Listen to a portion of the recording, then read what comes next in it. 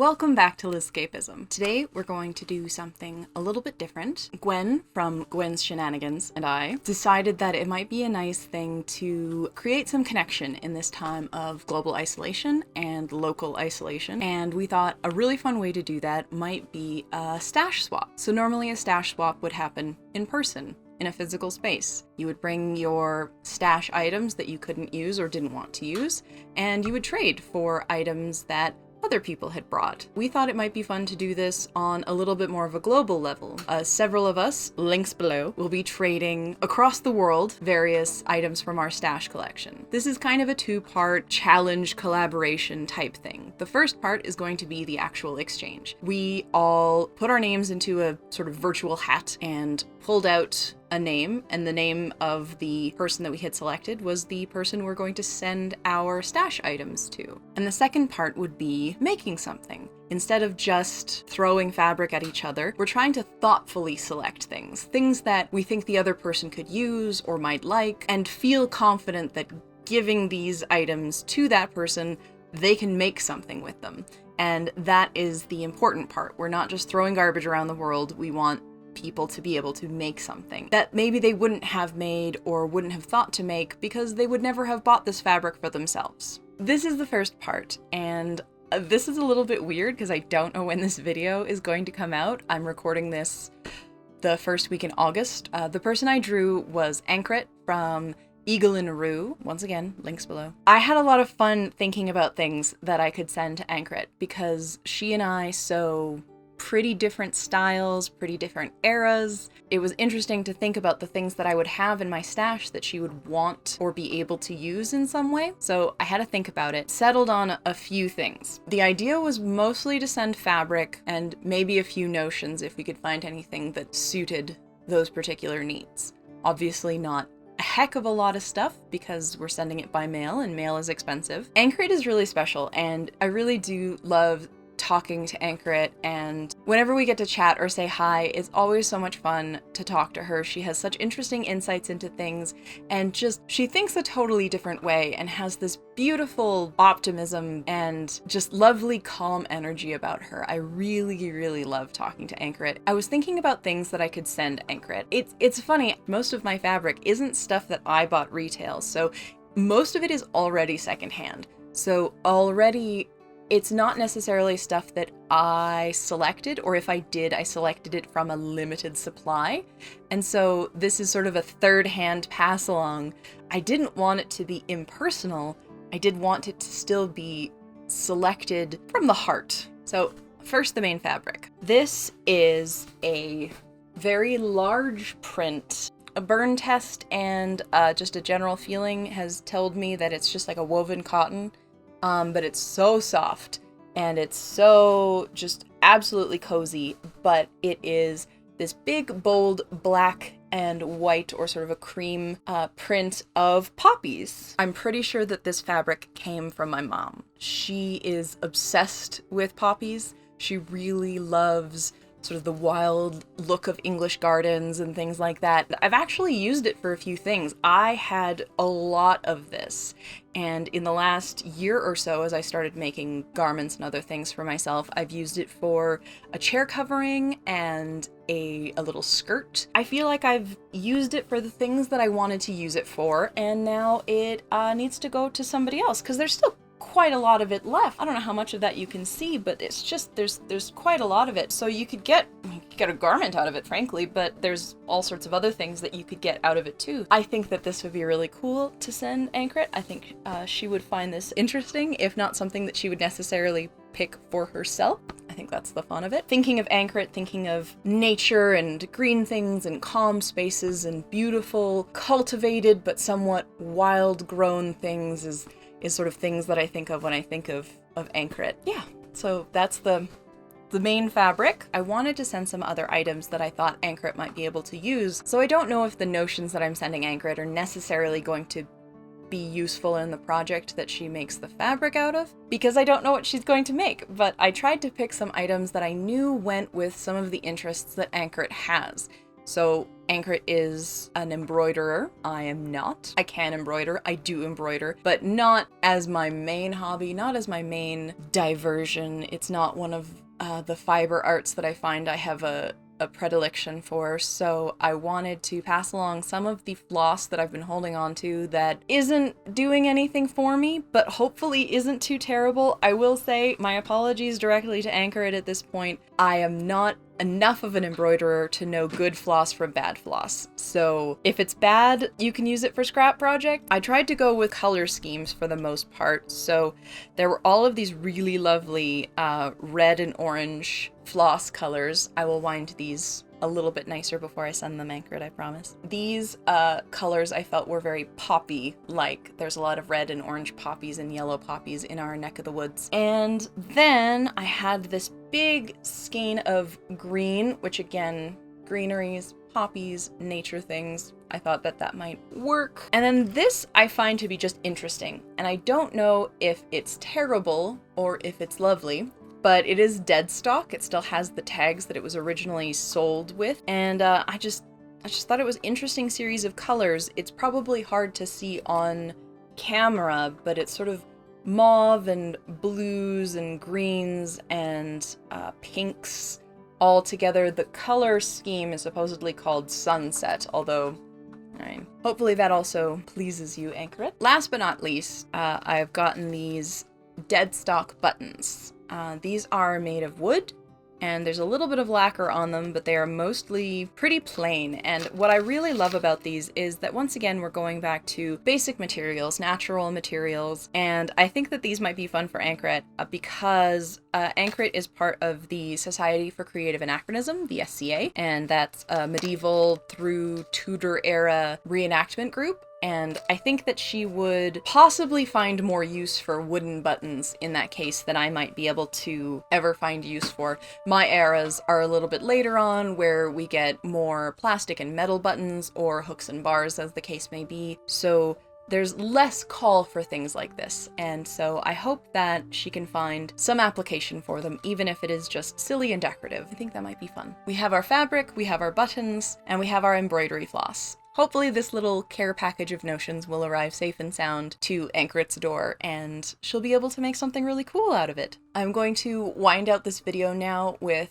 just some packaging of these items and a little love note that I'm going to be sending to Ankharet as well, and then we'll cut to whenever I receive my package from the person who's sending it to me. Cut to then.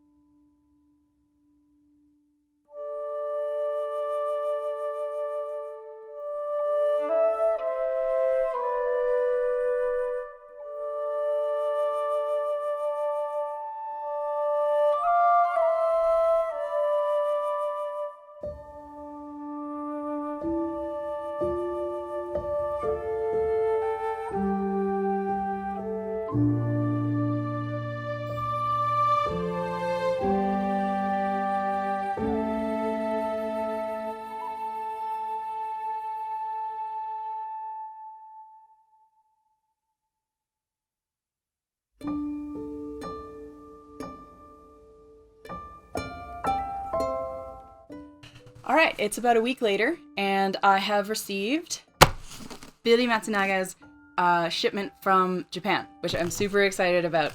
Billy and I have been chatting on and off the last couple weeks, and I was really worried that this package was going to take a long time. Anyways, so I haven't opened this yet. I've been waiting all day. I'm super excited, so I'm gonna dive straight in. It's not huge, but it is It's not even all that heavy. So I'm pretty confident that Billy didn't overexert herself in packing this. I think that it's probably not too much stuff, which is good because I would be really worried about her spending that much money to send stuff from Japan. So, all right, let's get going. I have my trusty scissors, and we'll see if we can do this in one go. Actually, there's this really adorable tape that's closing the box. It's Fujiyama themed packing tape, which is delightful. We have beautiful paper wrapping and a little bit of washi tape with lilies on it. I'll get a little shot of that before I rip it open, but it is absolutely lovely. So true to form, Billy always does things very elegantly. So we'll see how this goes. I think I can slip it out. I think I can even not rip the tape, so let's see if we can do that. I'll just slide it out. Got a little card from Billy, and it's got her info on the back. I really love this. This is actually a really good idea, Billy. I think I might make some like this for myself another time, because this seems like a really sensible way, because I keep telling people that I have a YouTube channel and then having to spell it for them. So I think it might be nice to have little cards. I think that's a really good idea. There's little star glitter. Well, not glitter, okay, but it like little star confetti. Oh, little stars. We have a beautiful woodblock print postcard that she sent, and it's blank on the back, so I think I might just keep it and have it be precious to me, but maybe I'll send it to somebody in the future, depending. But in the meantime, that's quite lovely. Let's see if we can find out anything about it. No, I'll have to look it up later. That's fine. It is beautiful, though. It's a lovely little spring scene. I think it is, I think there are some people in the background here. It looks like it might be a cherry blossom picnic.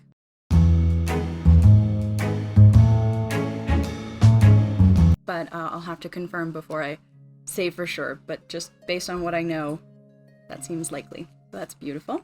And then here is a little poster and a program for the Tokyo National Museum in Ueno Park. My partner and I think, went there when we were in Tokyo a few years ago, but I don't know if we saw all of these kimono that were on display. I think this looks like it's a more recent exhibit, which was really cool, and I think I would love to go online and see what kinds of exhibits they've got going on. 2020. Yeah, it looks like this is a 2020 exhibition, so I would not have seen it. That's so cool. I'll have to look up those pictures. Displaying kimono is one of those things that I really love looking at. We recently came across the V&A's kimono videos, and they talk about how to display kimono and how to display historic kimono that might be damaged by too much use or too much hanging, especially the heavy ones. And so it's really cool to see how they do that in museums, and I think more than anybody, the Tokyo National Museum would do that really well. That's really neat. Giving me homework, Billy, along with your stash. A lovely note. She's written my name in katakana, which is adorable. It says Rizue, which is my name in katakana. So there's sunflowers, which is very Billy, very sunshiny. Let's see if I can open this as gently as possible.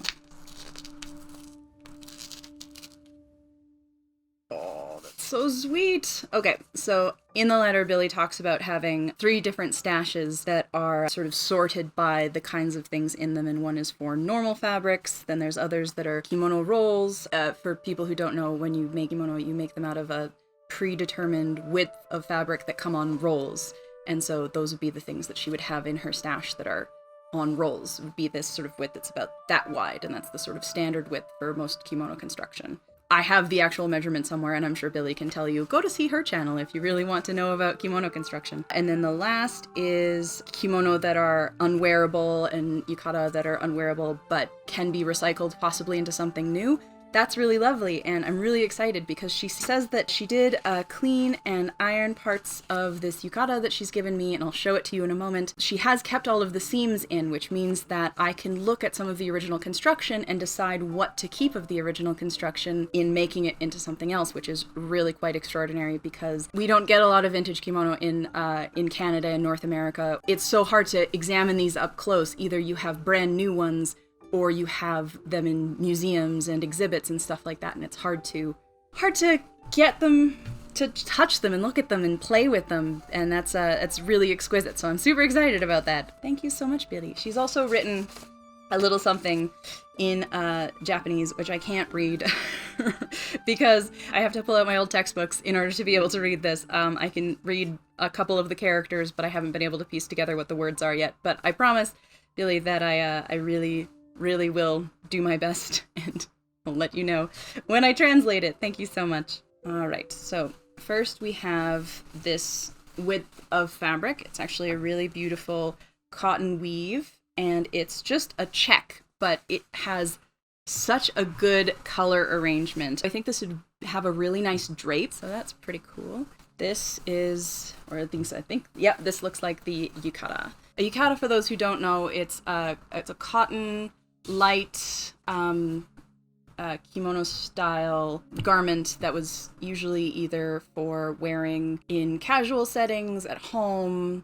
House coat is a bit of a mistaken translation sometimes, so I'm not going to say that because so often people use that word when they're talking about yukata, and that's not actually accurate. It's for just different occasions and different situations than the more formal and heavy silk kimono. But I'll link some better information. And what this is there, that's the front, so you can see that the collar sits very, very stiffly. It's got a couple more layers to it, and then the main fabric just has the one layer and then a little bit of a yoke in the back of the neck to give it that structure up top. In here, these sleeves are actually closed at the bottom, but they do have a slit open here. Sorry, this is not good footage. I'm so sorry. Billy said in her letter that she thinks that it was handmade, or at least assembled at home. So it'll be cool to see how all of these little bits and bobs came together by hand. And I'll get to examine that a little bit before I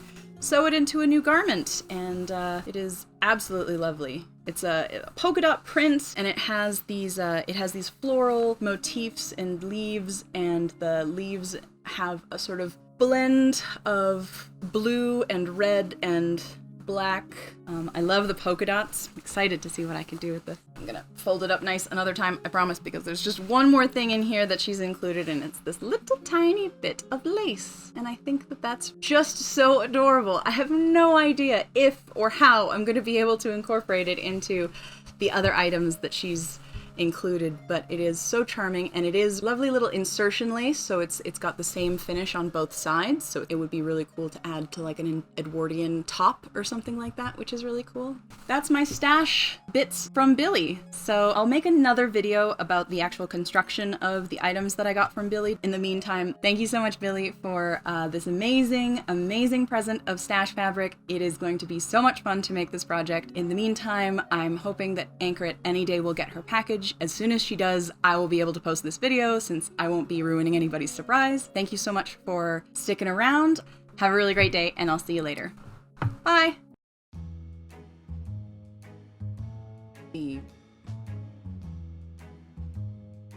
Just lost my train of thought.